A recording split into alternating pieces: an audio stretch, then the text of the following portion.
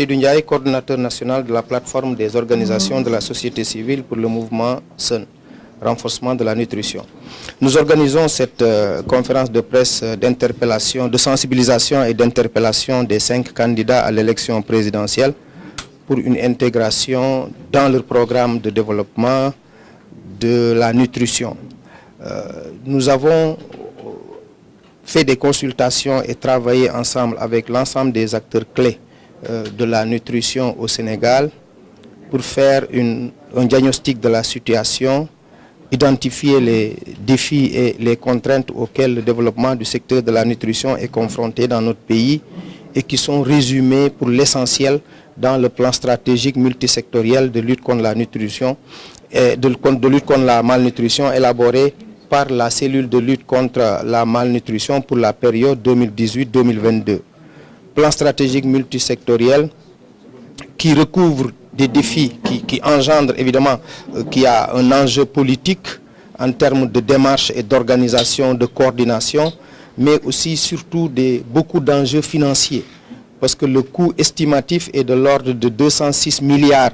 31 millions pour la période 2018-2022. Une manne financière, beaucoup de ressources que le pays doit mobiliser pour financer et mettre en œuvre ce plan stratégique multisectoriel de développement de la nutrition. En tant qu'acteur de la société civile, nous avons profité justement du contexte préélectoral, contexte pendant lequel le débat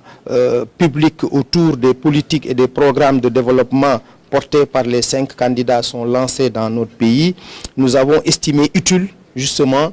d'interpeller les 5 candidats à l'élection présidentielle pour d'abord, leur rappeler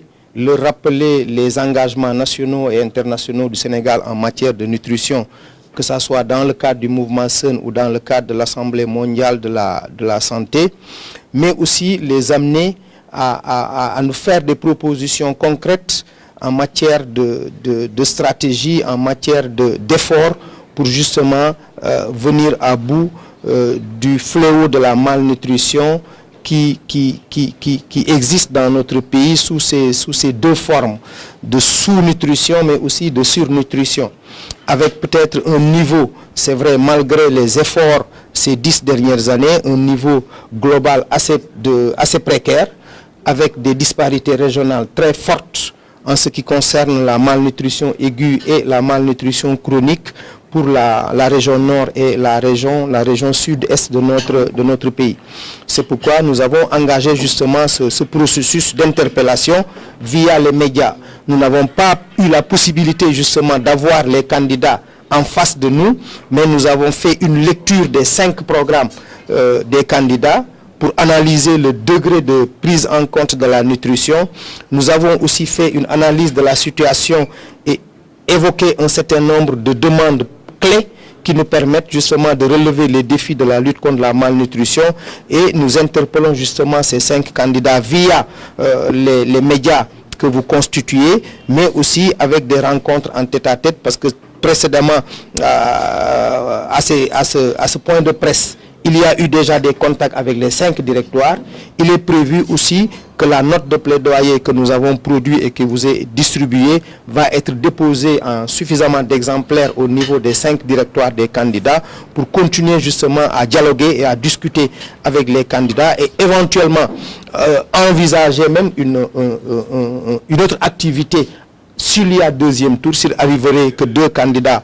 sortent pour aller au 2e tour, mais surtout l'essentiel, ça va être le suivi qu'on va faire pour la mise en œuvre concrète des engagements et des propositions faites par les candidats lors de cette période préélectorale.